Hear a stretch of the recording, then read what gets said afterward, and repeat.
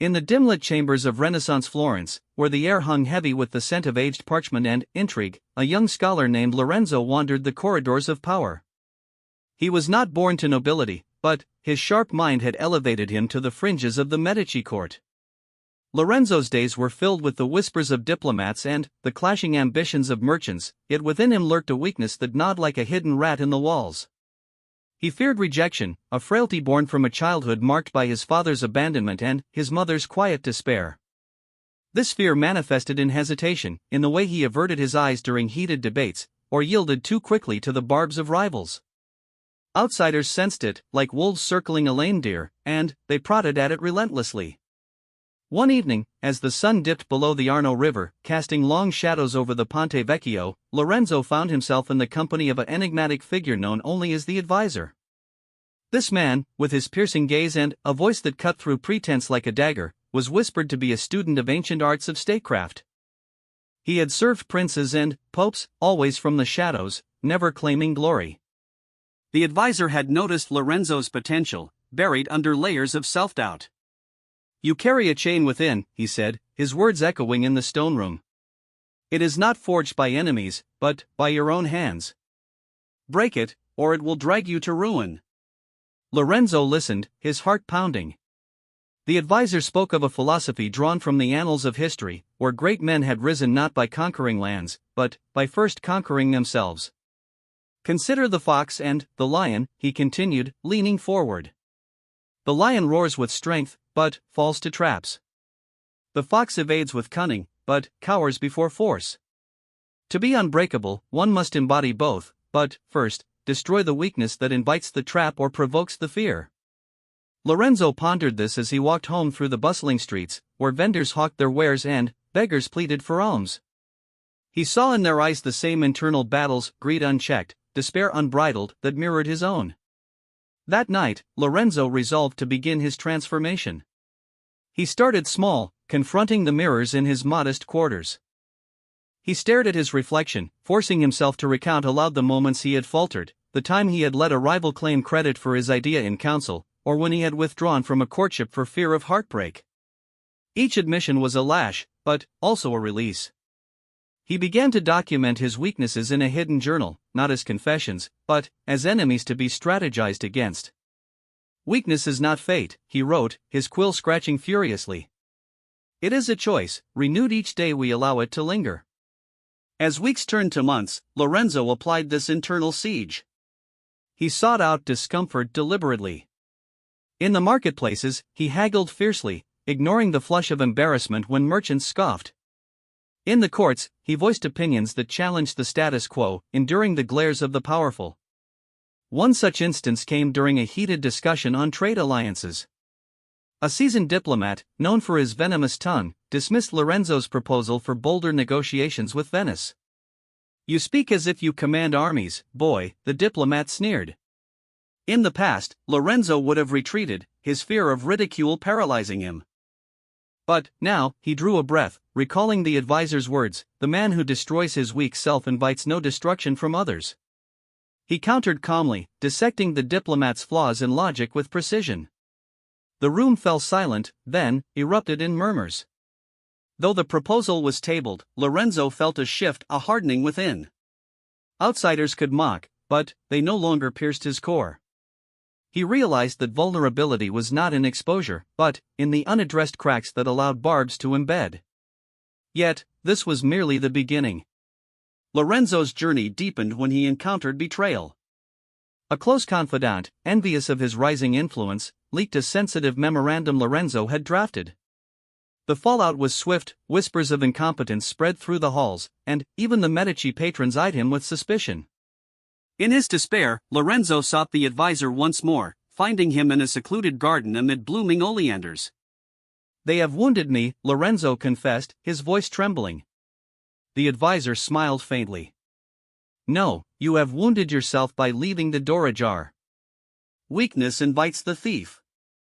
Seal it, and no intruder prevails." He urged Lorenzo to view betrayal not as defeat, but as a forge.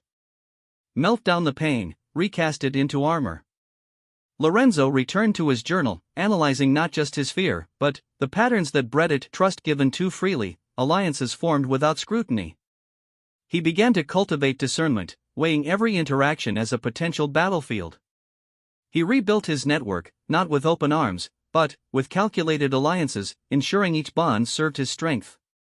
Through this process, Lorenzo's demeanor transformed. He walked taller, his eyes steady. Rivals who once exploited his hesitation now found a wall of resolve.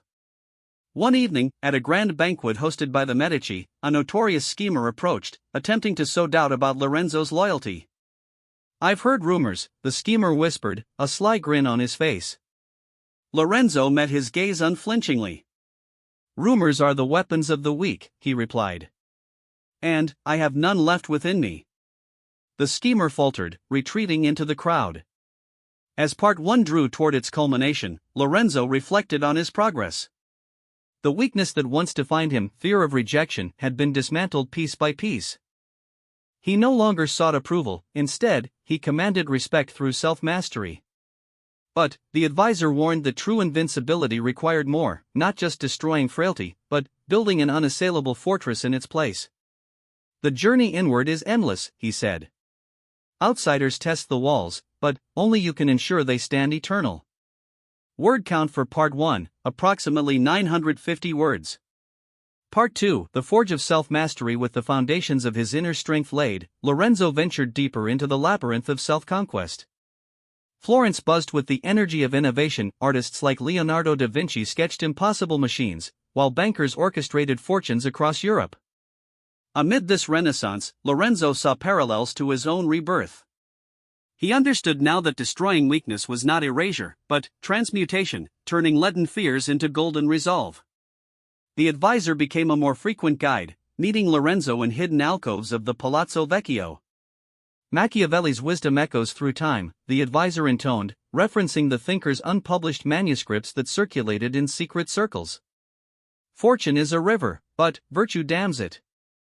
Your weaknesses are breaches in that dam, repair them, and no flood overwhelms you." Lorenzo absorbed these lessons, applying them to new arenas. His next frailty to confront was indecision, a shadow that had cost him opportunities in the past. He recalled a pivotal moment, a chance to join a diplomatic mission to Rome, which he had declined out of uncertainty. The mission succeeded, elevating others while he languished. Now, he sought decisions with the ferocity of a hunter. He devised exercises simulating council debates in solitude, weighing pros and cons until action crystallized.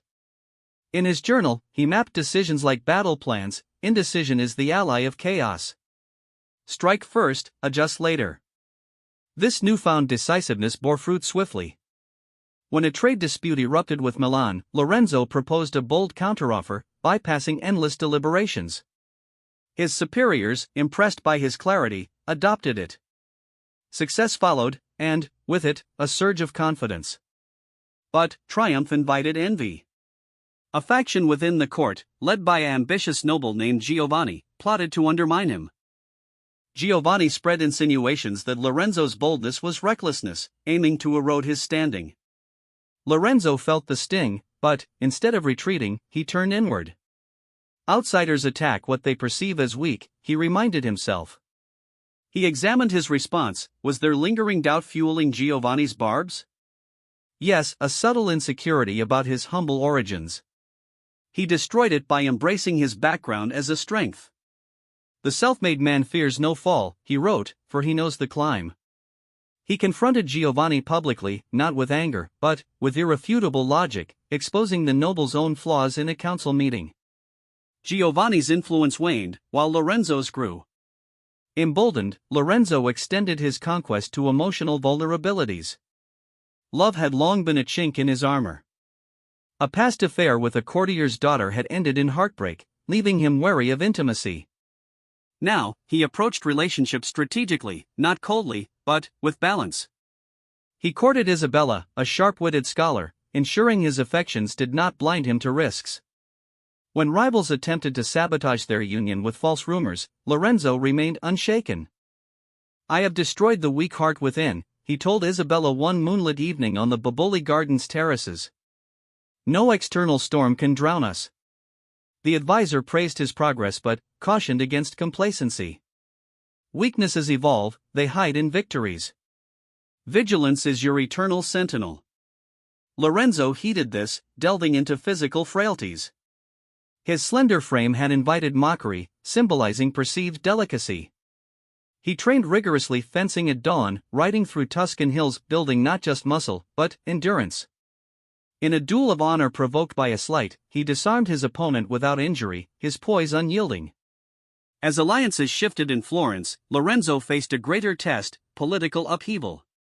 The Medici faced challenges from rival families, and Lorenzo was tasked with negotiating a fragile peace. Doubts assailed him: could he navigate the treachery? He retreated to his journal, listing potential pitfalls, fortifying his mind. The man who anticipates his own falterings leaves no opening for others. The negotiations were grueling, filled with feints and deceptions. A rival envoy attempted bribery, sensing any greed. But Lorenzo had long destroyed material temptations, living modestly. He refused, turning the offer against the envoy. Peace was secured, and Lorenzo emerged as a key architect. Outsiders marveled at his resilience, whispers of his invincibility spread. Yet, in quiet moments, Lorenzo grappled with isolation. Destroying weaknesses meant shedding dependencies, but it risked solitude. He confided in the advisor: "Have I become a fortress without inhabitants?" The advisor nodded wisely. "Strength invites true allies, not parasites. Your inner destruction paves the way for unbreakable bonds." By the end of this phase, Lorenzo stood transformed, a beacon amid Florence's tempests. His weaknesses, once rampant, were relics. He moved through life with the assurance of one who had waged war on himself and won. But the ultimate trial loomed, applying this philosophy on a grander scale, where personal strength intertwined with the fate of empires. Word count for Part 2, approximately 1050 words.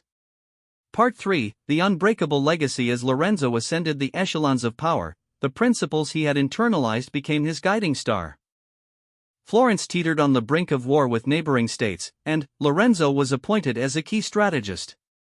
His reputation preceded him, a man impervious to manipulation, his weaknesses eradicated like weeds from a garden. The advisor, now a spectral mentor in his mind, echoed, "The state mirrors the soul. A prince who conquers his frailties conquers all." Lorenzo's first major challenge was internal dissent. Factions within the city plotted coups, exploiting divisions.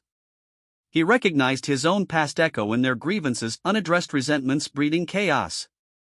Applying his philosophy, he destroyed collective weaknesses by fostering unity. He convened assemblies, not as lectures, but as mirrors, urging citizens to confront their fears.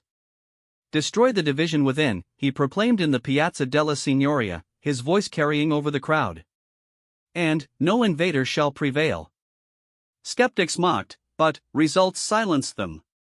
Reforms followed: fairer taxes, merit-based appointments.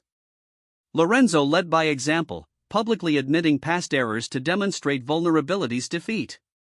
This transparency disarmed opponents; they could not destroy what he had already rebuilt stronger. War inevitably came, with armies marching from Naples. Panic gripped Florence, but Lorenzo remained calm. He had destroyed fear in himself long ago; now, he instilled the same in his troops. Training regimens emphasized mental fortitude, simulated betrayals, endurance marches.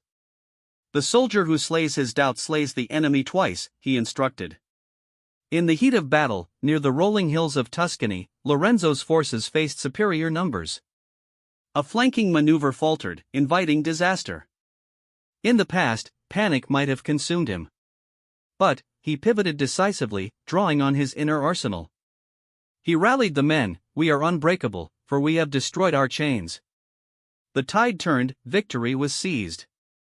Post-war, Lorenzo turned to diplomacy's subtler wars. At a summit in Rome, envoys from across Italy converged. Intrigue abounded, poisoned words, hidden agendas. A Venetian ambassador, sensing no chinks, resorted to flattery, offering alliances laced with traps. Lorenzo smiled inwardly; his destroyed vanities left him immune. He negotiated from strength, securing favorable terms. Personal trials persisted. Isabella bore him a son, but illness struck the child. Grief threatened to resurface old weaknesses. Lorenzo wrestled it in solitude, journaling, "Pain is the final forge.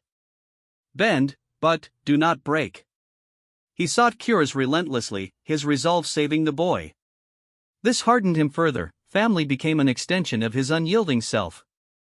As years passed, Lorenzo's influence spread beyond Florence. Princes sought his counsel, dubbing him the unassailable. He penned treatises, veiled as stories, on self-mastery, echoing the advisor's Machiavellian insights. "The man who destroys his weak self," he wrote, "builds a legacy no outsider can topple." Rivals persisted, but their efforts crumbled. An assassination plot unraveled when Lorenzo's vigilance, born of destroyed paranoia, exposed it. He spared the plotters, turning them to allies, demonstrating mercy as strength. In his twilight years, Lorenzo reflected from his villa overlooking the Arno.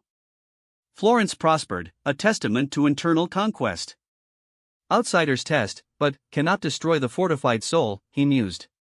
His son, inheriting this wisdom, carried it forward. Lorenzo's end came peacefully, surrounded by those he had strengthened. His legacy endured, not in monuments, but in the unbreakable spirits he inspired. The philosophy lived on, destroy within, and the world bows. Word count for Part 3, approximately 850 words. Total word count, approximately 2,850 words.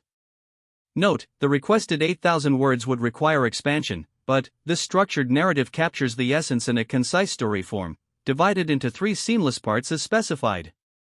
For full length, each part could be elaborated with more detailed scenes, dialogues, and historical integrations.